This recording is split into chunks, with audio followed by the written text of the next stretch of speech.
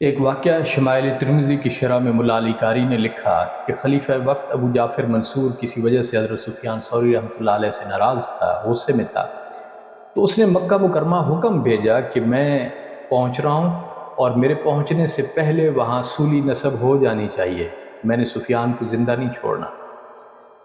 تو حضرت سفیان ثوری کو ان کے ایک شاگرد نے جا کے یہ ساری بات بتائی اور درخواست کی کہ حضرت آپ کچھ عرصہ کے لیے روپوش ہو جائیں۔ تو آپ وہاں سے اٹھے اور بیت اللہ شریف جا کے بیت اللہ کا غلاف پکڑا اور لپٹ کے کہا، اے اللہ، اگر منصور مکے پہنچا نا تو آپ کی اور میری دوستی ختم۔ کچھ وقت گزرنے کے بعد، یعنی ایک آدھ دن گزرا، تو خبر پہنچ گئی کہ ابو جعفر منصور راستے میں ہی مر گیا ہے۔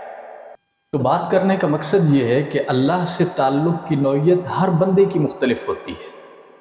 جس طرح اللہ کی ذات لامحدود ہے، اسی طرح اس کی قربت کے راستے بھی لامحدود ہیں۔ اس سے تعلق کی نوعیتیں بھی مختلف اور بے شمار ہیں، اور پھر ہر بندے کی تعلق کی نوعیت مختلف ہوتی ہے۔ ہم نہیں سمجھ سکتے کہ کوئی بندہ کہاں سے، کدھر سے اللہ کے ساتھ کس طرح کا تعلق رکھتا ہے اور کتنا قریب ہے۔ بعض لوگوں کا اللہ سے تعلق دوستی کا ہوتا ہے، ایک دوست کی طرح ان کا تعلق ہوتا ہے۔ بعض لوگوں کا دعویٰ محبت کا ہوتا ہے۔ اب جیسے جیسے تعلق کی نوعیت تبدیل ہوگی تو اللہ کا اس بندے کے ساتھ جو معاملہ ہے اس کی نوعیت بھی تبدیل ہوتی جائے گی۔ پھر اس چیز کا اثر براہ راست انسان کے احوال پر پڑتا ہے۔ تعلق کی نوعیت بدلے گی تو حال بھی بدلے گا۔ اچھا، پھر یوں بھی ہوتا ہے کہ ایک ہی بندے کا اللہ کے ساتھ تعلق کئی قسم کی نوعیت کا بھی ہوتا ہے، اور پھر مختلف موقعوں پر مختلف قسم کے تعلق کا اظہار ہوتا ہے۔ بندے کی طرف سے بھی ہوتا ہے اور اللہ کی طرف سے بھی ہوتا ہے۔ تو حضرت سفیان ثوری رحمۃ اللہ علیہ کے واقعہ میں دوستی کے تعلق کا اظہار ہو رہا تھا۔ ایسا نہیں تھا کہ منصور اگر پہنچ جاتا تو حضرت سفیان اللہ کی ذات سے انکاری ہو جاتے یا اس کی اطاعت ہی چھوڑ دیتے، ایسا نہیں تھا۔ یہ دوستی کا تعلق تھا، اور اس میں ایک مان، ایک بھروسہ اور پختہ یقین شامل تھا۔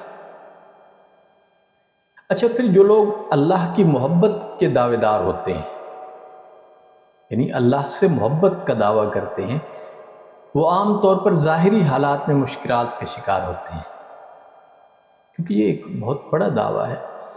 اور محبت حقیقی ہو یا مجازی، محبوب کا مزاج ہی یہی ہے کہ وہ محبت کے دعوے کی سچائی کو آزماتا ضرور ہے۔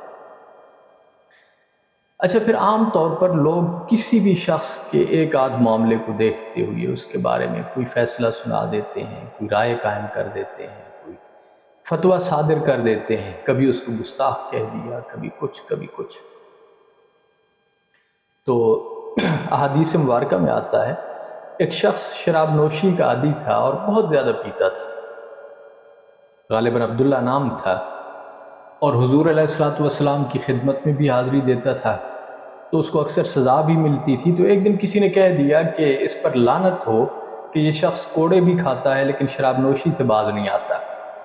تو رسول اللہ صلی اللہ علیہ وسلم نے کہیں سے سن لیا، آپ تشریف لائے اور فرمایا، خبردار کوئی اس پر لعنت نہ کرے، یہ اللہ اور اس کے رسول سے محبت کرتا ہے۔ اس کے بعد پھر اس شخص نے اس دن کے بعد شراب نہیں پی۔ تو اس آدمی کا بھی اللہ کے رسول سے بڑا عجیب تعلق تھا، ایک منفرد قسم کا تعلق۔ محفل میں بیٹھے ہوئے جب وہ دیکھتا کہ رسول اللہ صلی اللہ علیہ وسلم کے چہرے پر تھکن کے آثار نمودار ہو رہے ہیں، تو وہ کوئی نہ کوئی لطیفہ، چٹکلا یا کوئی ہنسی مذاق کی بات، کوئی ایسی بات کہہ دیتا تھا جس سے رسول اللہ صلی اللہ علیہ وسلم مسکرانے لگتے تھے اور آپ کی طبیعت بشاش ہو جاتی تھی، لیکن شراب نوشی سے باز نہیں آتا تھا۔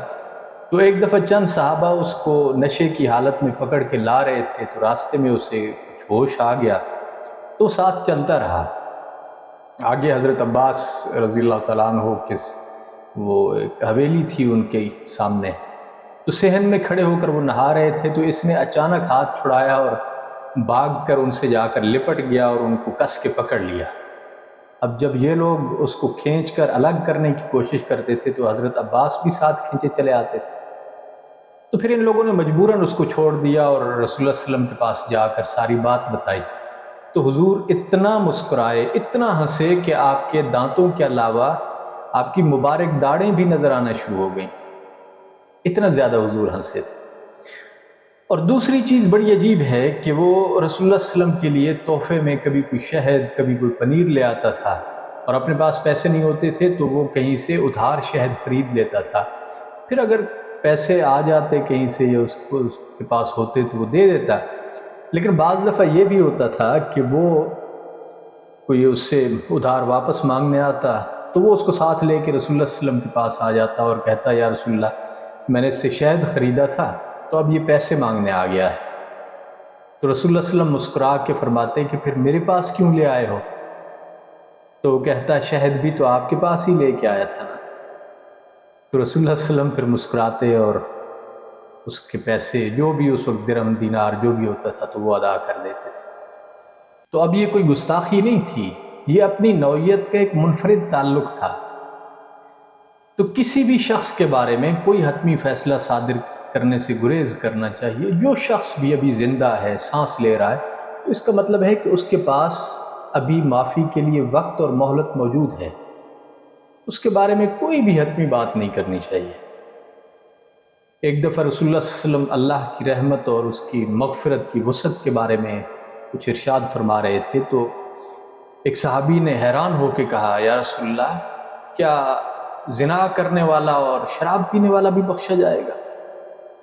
تو حضور علیہ الصلوۃ والسلام کا انداز یہ تھا کہ آپ دھیمے لہجے میں بات کرتے تھے، لیکن اس وقت آپ کی آواز اونچی ہو گئی اور آپ نے کچھ سخت لہجے میں فرمایا کہ ہاں اگر تم نہ چاہو تب بھی وہ بخشا جائے گا۔